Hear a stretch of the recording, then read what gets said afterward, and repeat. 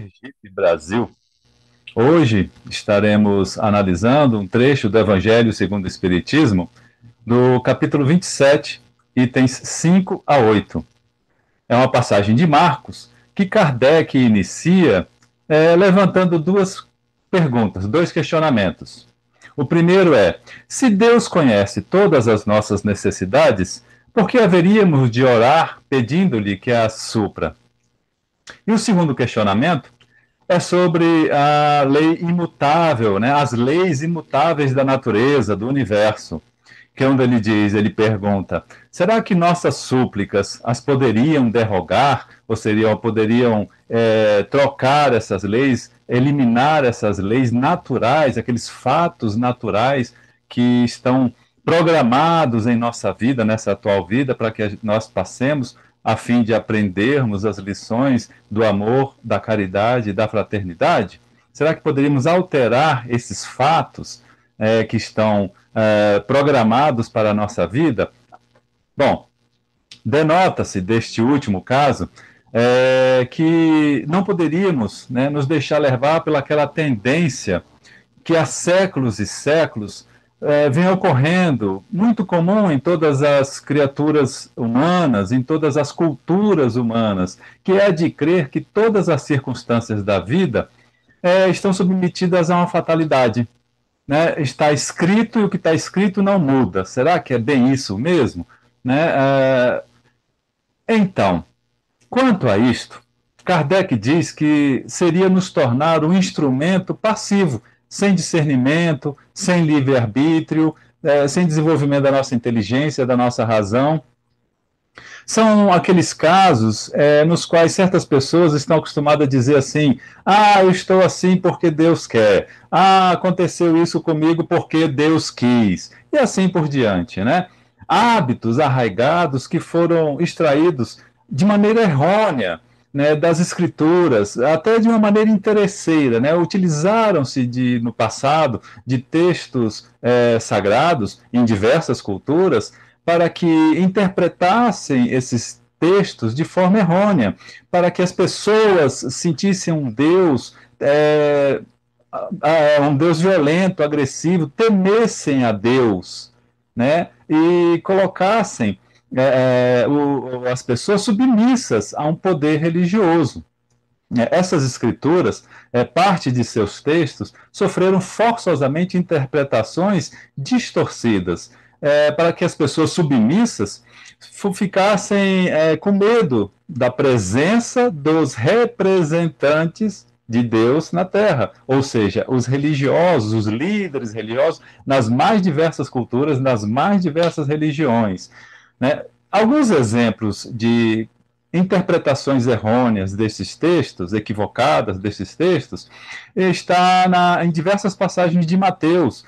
Por exemplo, quando ele diz: bem-aventurados os que sofrem. Então as pessoas acham que tem que sofrer para ser bem-aventurado. E não é bem por aí, né?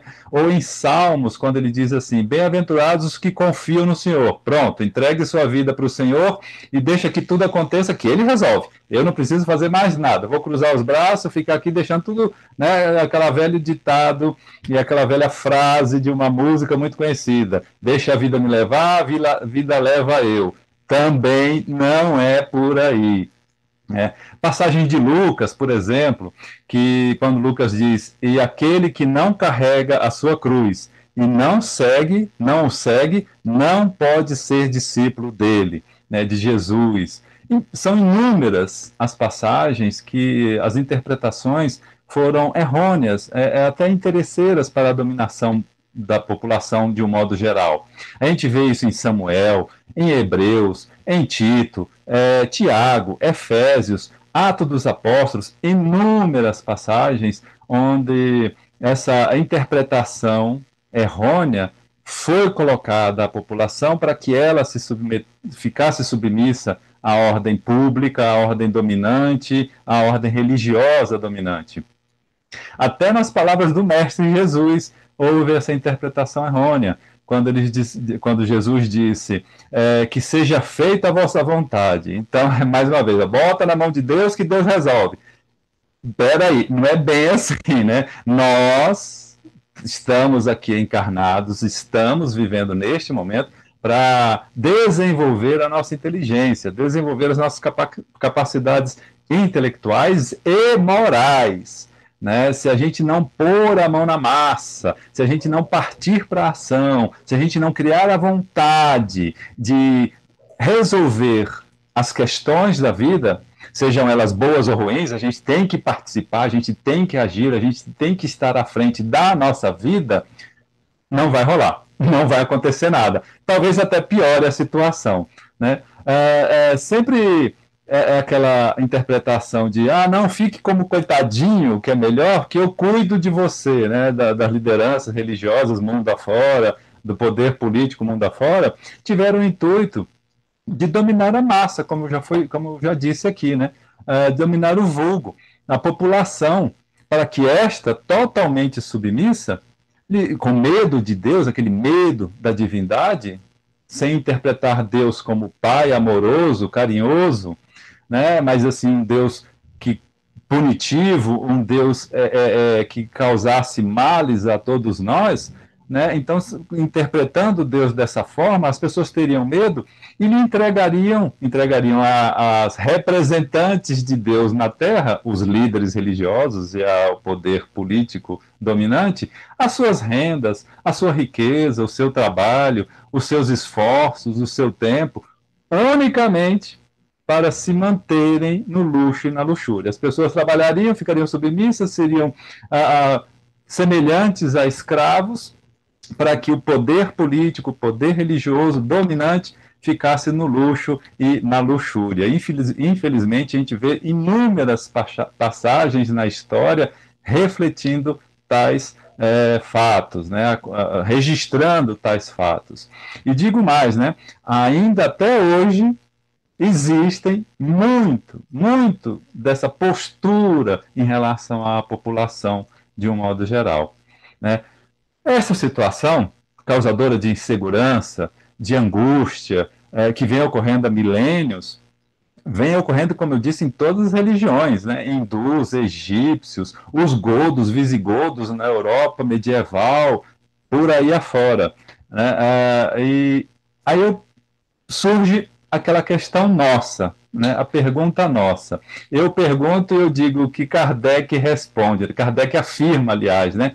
Por que Deus nos outorgou, nos deu a inteligência, a razão e o livre-arbítrio? E a resposta é clara, é objetiva na doutrina espírita, através dos livros, né? Aqui, livro Evangelho segundo o Espiritismo e do livro dos Espíritos. Está bem claro, o estudo da doutrina espírita nos esclarece quanto a isso, né? Porque Deus nos outorgou a inteligência, a razão e o livre-arbítrio. Está lá na parte terceira das leis naturais, das naturais leis morais, mostrando a importância, a necessidade da lei do trabalho e a sua consequência, né, que é a lei do progresso. Trabalho, progresso. Se trabalha, progride. Da natural lei de igualdade entre todos os seres. Do livre-arbítrio na lei de liberdade. Inclusive elucidando sobre o milenar crime bárbaro, que é o da escravidão, colocar os seres humanos a serviço de uma elite, de uma minoria, sob o regime de escravidão, ou semi-escravidão, que seja. Né? A escravidão, a gente percebe ao longo do estudo da história, que ela sempre existiu, sempre existiu. Desde a que ocorreu lá no Egito Antigo, passando por todos os povos da Mesopotâmia, chegando até as contemporâneas nações africanas, que até hoje guerreiam entre si, e os vencedores escravizam os seus vencidos, até hoje ocorre isso, né? Tudo isso para que cada um de nós para que cada um de nós exerça em si próprio, no seu aprimoramento intelecto-moral, exerça o seu desenvolvimento espiritual através da inteligência e da moral, através da prática da lei de justiça, de amor e de caridade, que tão bem exemplificou, que tão bem praticou Jesus, nosso mestre amado, nosso irmão mais velho, a fim de que todos nós, um dia, também alcancemos a perfeição moral e alcancemos as esperanças e as consolações prometidas pelo Consolador, que são as mensagens dos Espíritos. A doutrina espírita nos esclarece ao ponto de entender a importância de termos as rédeas, né, das nossas vidas em nossas mãos, da gente agir em nossas vidas, principalmente com o intuito de desenvolver a inteligência e a moral em nós. É assim que a gente evolui. Se a gente não faz nada, espera que Deus faça, a evolução vai ser quase lenta ou até parada, pode-se dizer, de tão lenta que vai ser. A percepção vai ser de que está parado em sua evolução espiritual. Aí eu pergunto, quem quer continuar nesse planeta de prova e expiação, tendo que sofrer todas as vicissitudes e também todas as alegrias que aqui proporciona, né? Mas se a gente for pesar, é muito mais vicissitude, trabalho, estresse do que alegria. É um planeta de prova e expiação, né? Então, né, o que diz Marcos nessa passagem citada no capítulo 27 do Evangelho segundo o Espiritismo, item 5, né, ele diz assim: seja o que for que peçais na prece, crede que obtereis e concedido vos será o que pedirdes.